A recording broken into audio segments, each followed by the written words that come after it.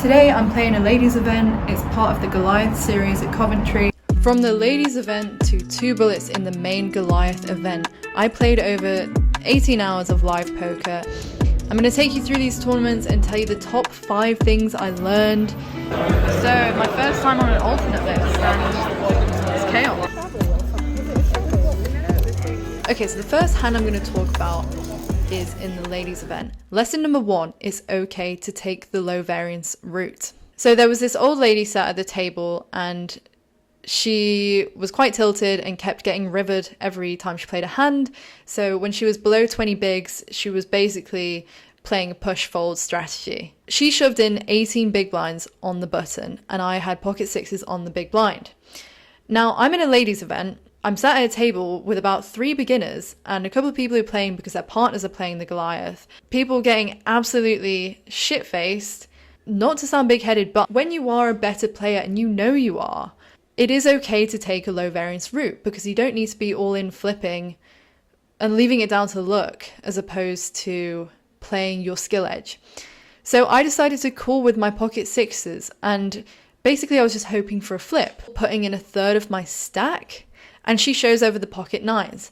And I was immediately annoyed at myself because I was like, even if she has something like ace king, there's, you got 50-50 chance. It's okay to take the low variance route. The second lesson was don't forget to go for value. So I opened ace queen offsuit under the gun and got called by the big blind. The flop was jack 10 X rainbow.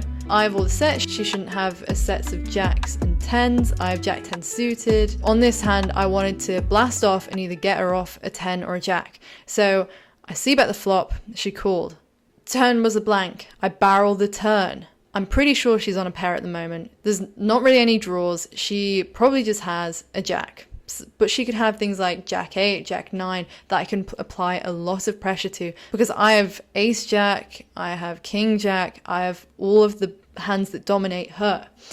So the river was an ace, and in that moment I was just so relieved that I'd hit the board. I checked back and basically I can still go for value here and I block her from having rivered 2 pair like ace 10, ace jack. It doesn't happen often. You don't often suck out on the river, but you will. And you need to know what to do when that happens. She said she had jack king, and I told her, I was like, oh, I was going to blast any river, and then I didn't.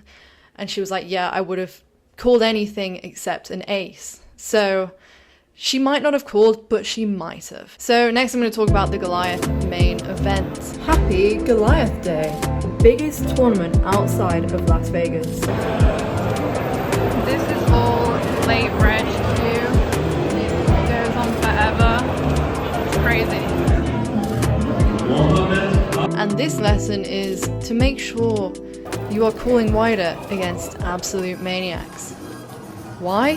Because they have a lot more bluffs. I sit down at a table. Guy on my right, he is wild. He's looking at his cards he started telling me that I had ruined his feng shui. I got in a big pot against him. So he limped. I isolated with ace queen suited on the button. There was a cold caller from the big blind. He called. So the flop was queen jack something 2 hearts. Great flop for me. He leads random. So I decide to just try and get max value out of him while I can charge his flush draws. So I raise him up, big blind folds, and he calls. He then looks at the dealer and goes, lucky turn card, lucky turn card. Another heart comes down. I'm thinking, shit. He then rips it all in. So I'm like, oh, this puts me pretty much all in. And I'm like, Jesus Christ, does he just have a flush here? In the end, I decided that he might have a pair with a heart and he's bluffing there. Also, he did seem a little bit tilted, like he just wanted to win a pot against me. So for the amount he actually has a flush, he probably has way more bluffs. And he shows over 4 or 5 offsuit with the 4 of hearts. So I just had to wait out a river and I was fine. It's funny because after he left the table, everyone was like, we've been waiting to take his chips for 2 hours and you've just come in and taken them. Another crazy fish hand. I isolated late position with jacks over 2 limpers, both called. The flop was all low cards, I c-bet, they both called. That's slightly worrying. You know, there's a lot of sets, but there's also some draws out there. The turn was an overcard, so it was like a queen, and they both checked, and I checked this through. And the river was a blank, so I was thinking of going for value here and check, and then the second limper bet out, but a really small bet. It seemed really, really milky, like she was just trying to milk like 2 pair or something like that. I was like, well, probably just have to call here. Didn't feel good about it. Put it in because there's still another caller to come. She folded. She shows over like 2-3 offsuit, and like the fact that I even considered folding these jacks is just insane. You really gotta know who the fish are and who are gonna go for these crazy bluffs. Lesson 4 is to not go crazy multi-way. I kind of already know this, but sometimes in the heat of the moment you get a bit caught up. I played bullet 1 of the main event and I had a really, really tough time. I was just card dead, not hitting anything. I did slightly force this hand.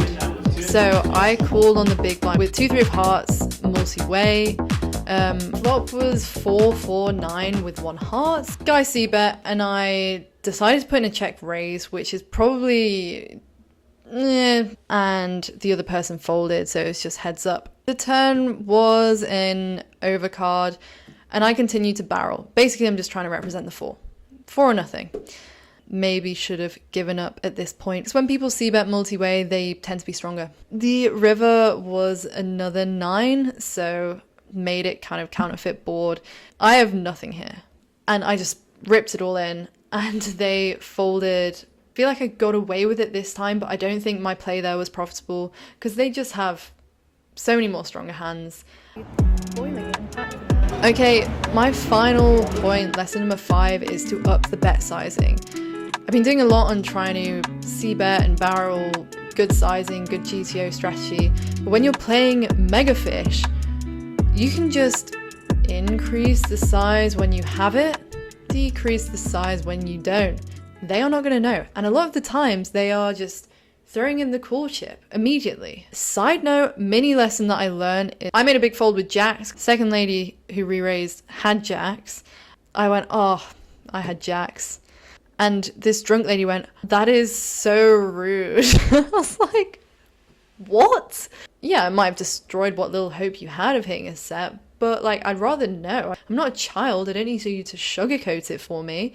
And the final thing is trust your gut. I feel like I played really well. In the ladies, I finished around 35th out of 190. I got it all in good, and I lost. In the main bullet 1, I had a really tough time, got it in good once again, and I lost. Main bullet 2, I had a deeper run, got further into the tournament, but then I got it in bad, and I still lost. Let me know down below the biggest lessons you've learned playing live poker. Make sure to like and subscribe. Next up is APAT, World Championships of Amateur Poker in Nottingham. Played it last time, min cashed it. This time, who knows? Thanks for watching and goodbye.